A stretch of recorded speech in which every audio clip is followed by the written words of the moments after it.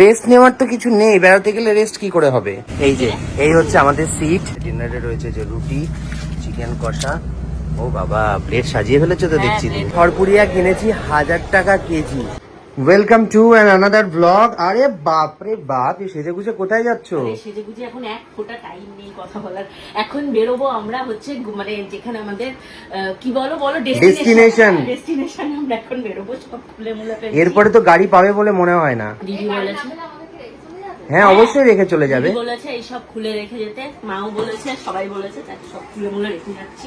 Engagement রিংটা খুলবো না। হ্যাঁ ওটা খুলো না। আর হচ্ছে এখন তাড়াতাড়ি করে একটু রেডি হয়ে নি, সবাই মাত্র শ্যাম্পু করেছি।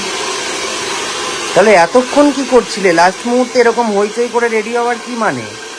হ্যাঁ, আমি তো সেই 5টার সময় গেছি, 2.5 ঘন্টা কি করলে? মানে 2.5 ঘন্টা ধরে নাকি এরা লাগেজ গোছাতে পারেনি। এই যে দেখো কি অবস্থা, এরপরে কোনোভাবে গাড়ি পাওয়া সম্ভব না। আর মানে এইটাই শেষ নয়, দেখো এখানেও আরেকজন আছে। কি করছিলে তোমরা? আরে আর 2 মিনিট আছে হাতে মাত্র।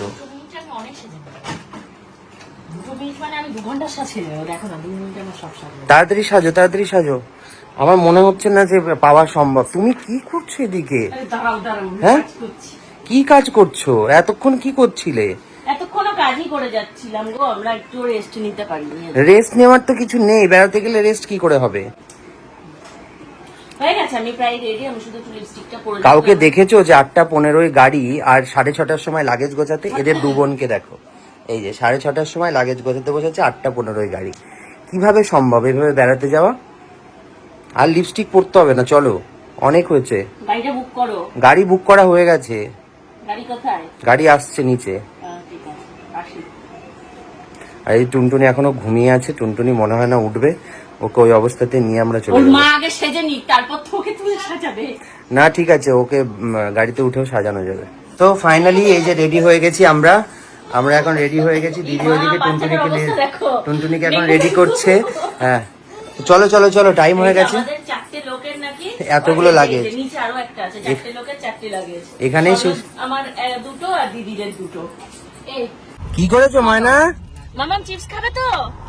হ্যাঁ, এইদিকে তাকিয়ে বলো, এইদিকে। যে গাড়িতে উঠলাম, এটা একটা মানে কি বলবো অনেক কষ্টে গাড়িতে ঝপ করে উঠেছি আমরা। এদের 2 বোনকে নিয়ে কোথাও যায় কেউ মানুষ? মা ওরম ব্যাপার না, আমরা ঠিকঠাকই রেডি হয়েছি, আমাদের সাজাতে টাইম লাগবে না। দুজন নাকি শুয়ে শুয়ে গল্প করছে। আমি সাজিনি, গল্পও করিনি, ভিডিও ছেড়েছিলাম। আমার 2 জায়গা থেকে আমি ভিডিও এডিট করেছি প্লাস ছেড়েছি। আর একে তো কিছু বলা যায় না, একে কিছু বললেই খালি আমাকে এডিটিং দেখায়। কিছু বলতে গেলেই বলবে। দেখো সারাদিন আমি কি করি নিজেও তো দেখো। আর তো টাইমলি তো বেরোতে হবে। আরে বেরোতে হবে, আমি তো বেরোতে পারছিলাম, কিন্তু এই যে বাচ্চার জামা পরানো, আমি নিজে একা হলে তো বেরিয়ে পড়তাম। বাচ্চার জামা পরানো, আমি খাবারের ব্যাগ থেকে শুরু করে সব টাইম মতন গুছিয়ে রেখে দিয়েছি। আমি নিজেও টাইম মতন রেডি হয়ে গেছি। এই যে এই যে এই যে এই যে আমিও রেডি। বাচ্চাকে ঘুম পাড়িয়ে রেখে দিয়েছে, রেডি হতে পারি। স্বর্ণ একাই 3টে ট্রলি একবারে দেখি টেনে টেনে আনছে। আমি বাচ্চা কোলে নিয়ে আমি বাচ্চা কোলে নিয়ে আসছি। ও তো 2টো ট্রলি বানিয়েছে, আবার একটাই বোচকা বানিয়েছে, ঠিক আছে।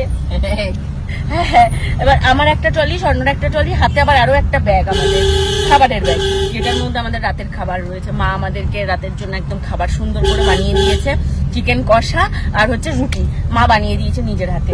তো সেইগুলো নিয়ে আমরা এখন গাড়ির উদ্দেশ্যে রওনা দিচ্ছি। আদৌ গাড়ি পাবো কিনা জানি না, গাড়ি না পেলে আবার রিক্সা করে বাড়ি চলে আসবো।